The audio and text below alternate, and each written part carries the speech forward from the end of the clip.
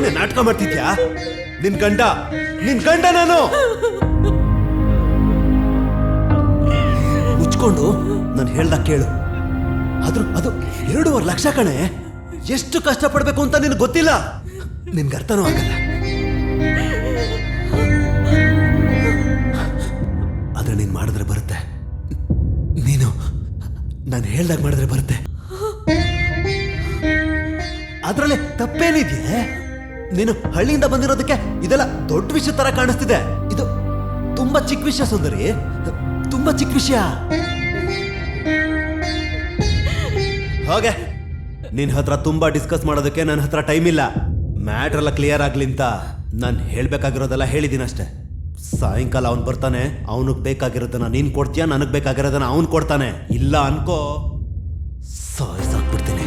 ನಿನಗೆ ಬೇರೆ ಆಪ್ಷನ್ಸ್ ಇಲ್ಲ ಸುಂದರಿ, ಅರ್ಥ ಆಯ್ತಾ?